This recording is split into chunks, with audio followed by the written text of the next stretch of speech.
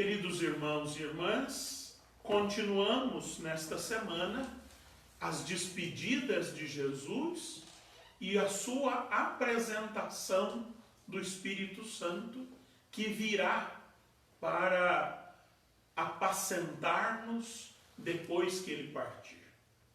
Hoje Jesus diz que o Espírito Santo vai aprofundar o conhecimento que nós temos dele. Tudo aquilo que ele nos deu a conhecer, que ele ouviu do Pai, porque ele mesmo diz no Evangelho de São João que ele não nos diz nada dele, mas ele apenas nos revela o que ouviu do Pai. Aquilo que Jesus nos revelou, agora o Espírito vai aprofundar.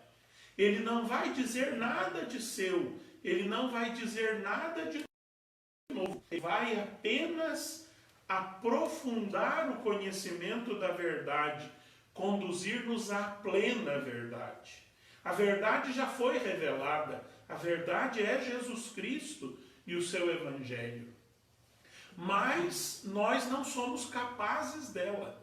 A verdade não cabe em nós. É mais ou menos assim. Permitam-me uma imagem que tente esclarecer. Se nós pegarmos uma bexiga, dessas bexigas de festa, e ao invés de soprarmos a bexiga, antes mesmo de mexer com a bexiga, nós a levemos ao posto de gasolina, aqueles bicos de encher pneu, e coloquemos de uma vez dentro da bexiga 50 libras de ar.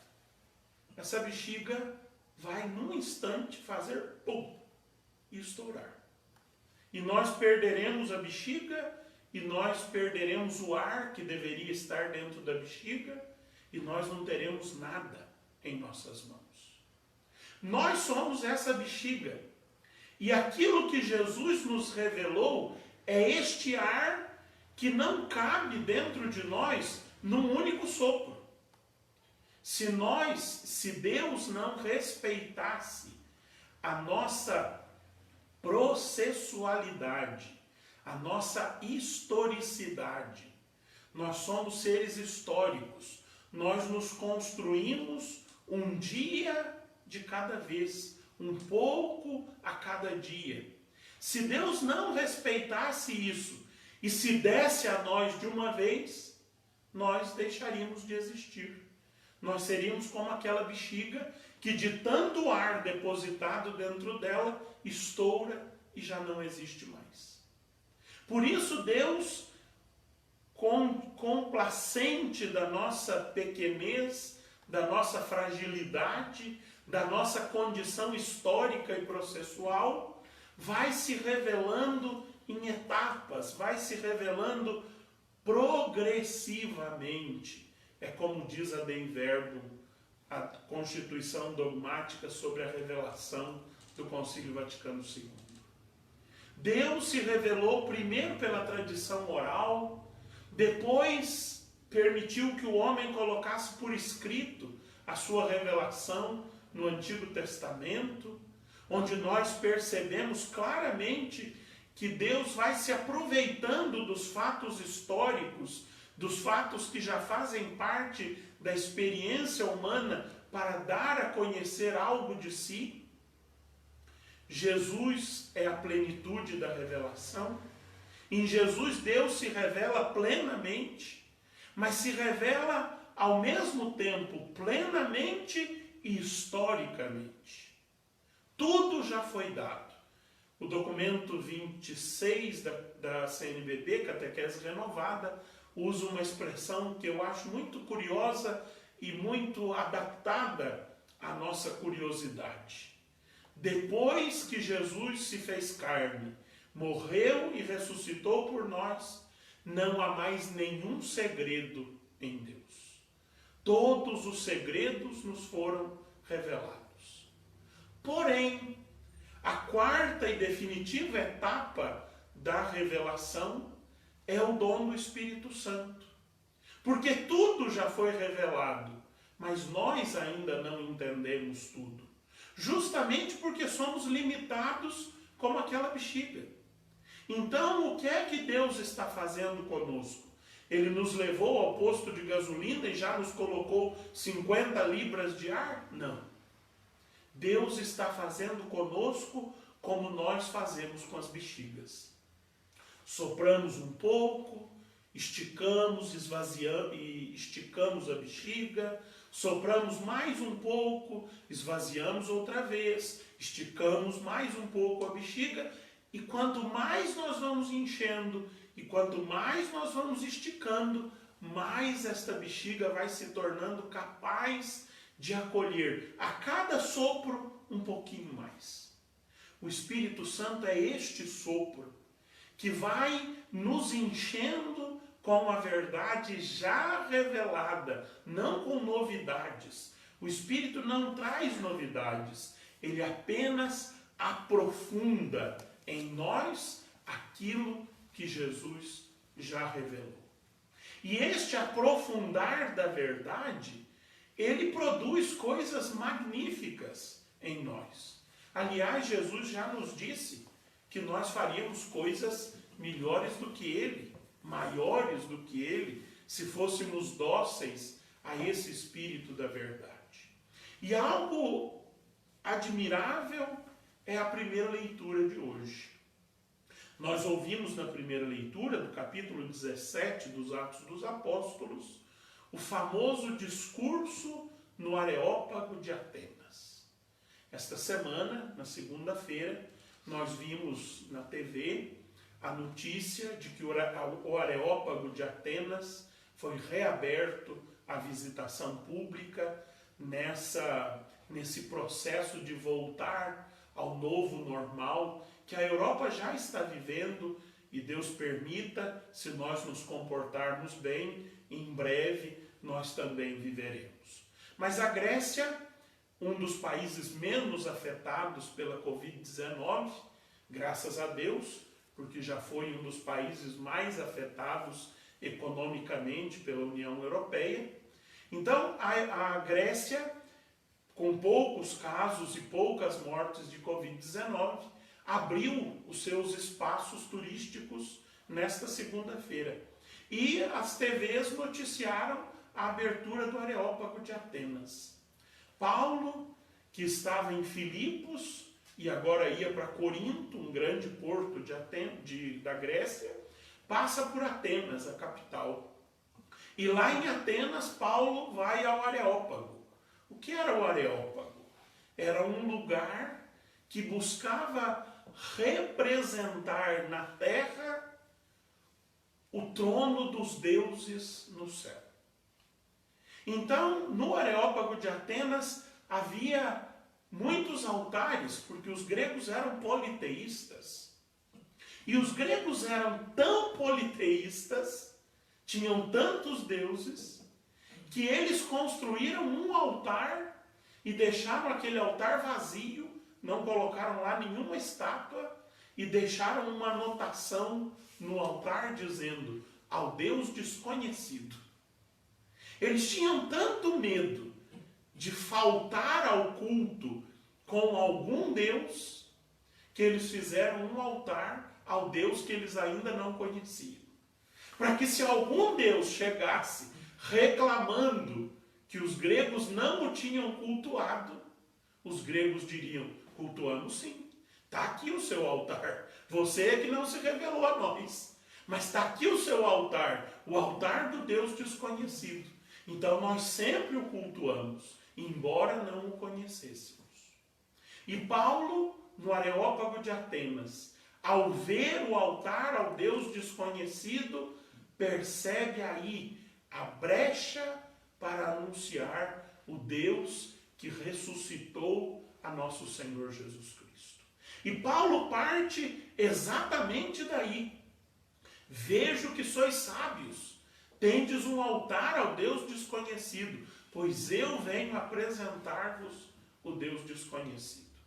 O discurso de Paulo no Areópago de Atenas é considerado um dos mais belos exemplos da arte retórica. Muitos estudantes de letras clássicas. Eu conheço uma, por exemplo, em Varginha, que fez o seu TCC, o seu trabalho final da sua especialização em línguas, acerca desse discurso. Aqueles que entendem a arte do discurso dizem que esse discurso de Paulo é perfeito. Ele é muito bem montado. As partes do discurso são exatamente aplicadas segundo a arte retórica da antiguidade. Tem começo, tem meio, tem fim, tem um ponto de partida, tem um ápice, tem um decrescendo. É uma das coisas belas que aqueles que são dóceis ao Espírito conseguem fazer até melhor que Jesus. Não há nos evangelhos algo que se possa dizer uma grande peça retórica de Jesus. Paulo superou o mestre na arte da retórica. Mas o que é que eu queria chamar a atenção, além deste conhecimento cultural, para a nossa vida espiritual? Eu queria chamar a atenção para que vocês percebam a capacidade de inculturação do Evangelho que tem Paulo. Se fosse muitos dos nossos pregadores atuais a chegar no Areópago de Atenas, iria chegar com o dedo em riste, dizendo aos atenienses: vocês são uns perdidos, são idólatras, cheios de deuses, onde já se viu isso? Só há um Deus verdadeiro e pronto. Iriam partir da acusação, de modo que muito provavelmente seriam ali mesmo no Areópago apedrejados, porque pedra é o que não falta no Areópago. Mas Paulo não faz isso. E não faz isso por quê? Porque Paulo não evangeliza a partir da apologética. Apologética é a ciência da defesa. Apologética é o anúncio que parte do princípio de que alguém está atacando. Então eu faço um discurso de defesa. Paulo não está se defendendo de nada. Paulo não sente como acusação a fé que ele anuncia o fato de que os gregos sejam politeístas e tenham diversos deuses e cultuem esses deuses e tenham até um altar ao Deus desconhecido. Nós iríamos lá, nós modernos, iríamos lá e iríamos dizer: jamais o Deus de Israel, o Deus de Jesus, vai ocupar esse altar idólatra ao Deus desconhecido. Mas Paulo não faz isso. Paulo não faz apologética. Paulo não se defende. Paulo anuncia o mistério de Deus. E Paulo sabe, ele que, embora seja cidadão romano, está no meio da cultura das colônias gregas, Paulo sabe que para ele chegar ao coração dos atenienses, ele tem que partir daquilo que é caro ao coração dos atenienses. Nós precisamos redescobrir esta arte de inculturar o Evangelho naquilo que é caro ao nosso povo. Partir das coisas que fazem parte da vida do nosso povo e que o nosso povo gosta e que o nosso povo admira e que o nosso povo reconhece, e perceber lá, nestas coisas, que existe ali uma brecha para o anúncio do Evangelho. Há poucos dias, eu já não me lembro que dia foi, mas eu já disse isto aqui para a nossa meditação durante a semana. Nós precisamos, por exemplo, ser capazes de descobrir a brecha para o Evangelho no Carnaval. Mas nós, porque não somos como Paulo, dizemos: não, isso é coisa do diabo, isso é politeísmo, isso está contaminado, e não sei o que, não sei quanto, e perdemos a chance de inculturar o Evangelho e anunciá-lo àqueles que gostam e admiram o Carnaval. É só um exemplo. Existem muitos outros. Por isso, meu irmão e minha irmã, nós que somos cristãos, o anúncio do Evangelho, e o Papa Francisco repete muito isso na Evangelii Gaudium, é um anúncio tranquilo, afável, um anúncio bom, um anúncio agradável.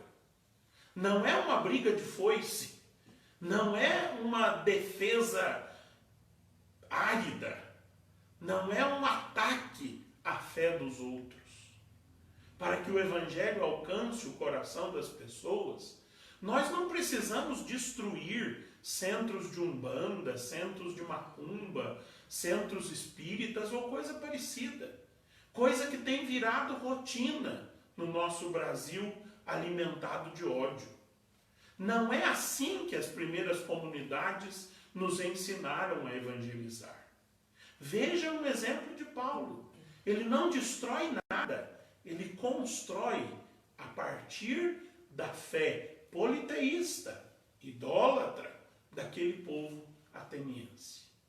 Aprendamos com Paulo, aprendamos com o Papa Francisco, e sejamos evangelizadores dóceis, afáveis, amáveis, que inculturam o Evangelho e que não vivem em constante defesa árida e armada da própria fé, como se Jesus precisasse da nossa defesa. Ele já tem São Miguel Arcanjo, quem precisa somos nós.